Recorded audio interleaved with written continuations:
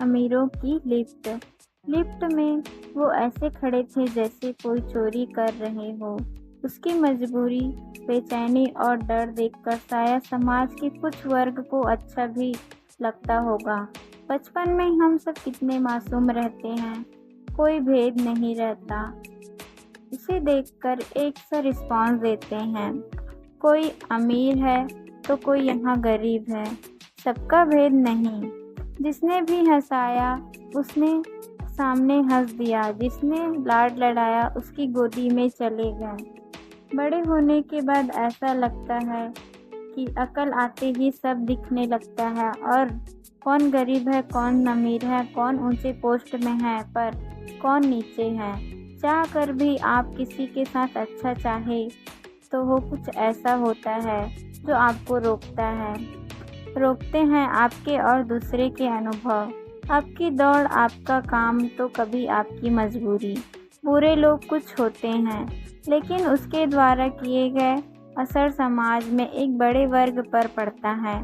वो कहते हैं ना, गेहूं के साथ घुन भी पिस जाता है। मैं एक कंपनी में ऑफिस में काम करती हूँ। ऑफिस की बिल्डिंग में बहुत सारे दूसरे ऑफिस भी हैं। अभी कुछ दिन हुए हैं मुझे ज्वाइन करे। यह मेरा पहला ही जॉब है। इसके पहले मैं काम नहीं करती थी, लेकिन वो इतने बड़े ऑफिस में नहीं था। मेरा ऑफिस 5वें माले पर है। जान ले लिए अच्छी लिफ्ट है। ऑफिस में चाय पानी की भी अच्छी व्यवस्था है। 9 से 5 का जॉब है। ऑफिस में कुछ ज़्यादा काम भी नहीं रहता।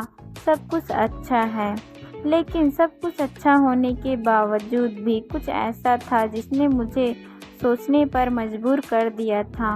ऑफिस का पानी, जब भी पानी पीती तो मुझे कुछ विचार उठते। उसके कारण यह नहीं था कि पानी अच्छा नहीं था, यह वो अच्छी जगह नहीं थी।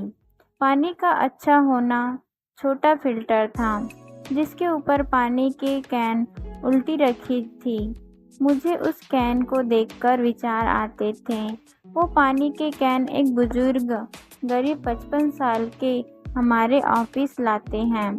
पानी के कैन उठाकर लाना और बिल्डिंग के सभी फ्लोर के सभी ऑफिस में देना उनका काम था।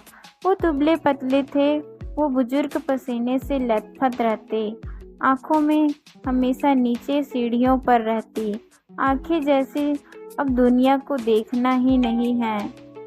मैंने उसे कभी किसी बात से बात करते नहीं देखा।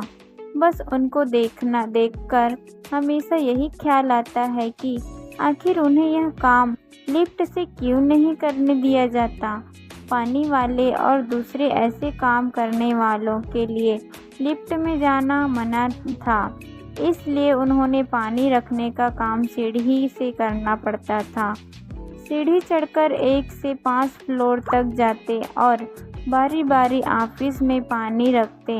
अब आप ऐसी पोजीशन पर हैं जो उसके लिए सिर्फ दया भाव रखता।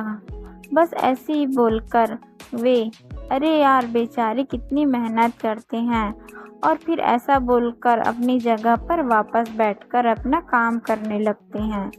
यह भी सही है। इसके अलावा हम अब क्या ही कर सकते हैं। एक दिन नीचे जब पानी के लिए ऊपर आ रहे थे तब मैं वहाँ खड़ी थी। मैंने देखा लिफ्ट मेन लिफ्ट में नहीं है, तो मैंने उन्हें कहा कि आप लिफ्ट में जाओ। पहले तो वो माने नहीं, फिर भी मैंने थोड़ी देर उन्हें मनाया, कहा कि मेरा नाम ले लेना, आप आ जाओ। यह पहली बार था जब मैंने उन्हें बोलते देखा, वरना हम सब ने तो उन्हें गूंगा ही बना दिया था। और बोले भी तो डर डर के बोले। उन्होंने कहा कि मैडम आप जानती नहीं, किसी ने देखा तो बहुत डांट पड़ेगी, शायद नौकरी भी चली जाएगी। लिफ्ट में वो ऐसे ही खड़े थे जैसे कि कोई चोरी कर रहे हों। उनकी मजबूरी, बेचैनी और डर देखकर शायद समाज के कुछ वर्ग को अच्छा भी लगता होगा, क्योंकि डरा हुआ इंसान तो छोटा बना देता है और वो बड़े किसी को छोटा बनाकर ही मानते हैं। मुझे उन्होंने देखकर उनके प्रति सहानुभूति आई और मुझे दूसरा विचार यह आया कि भगवान कभी ऐसी मजबूरी में किसी को ना फंसाए।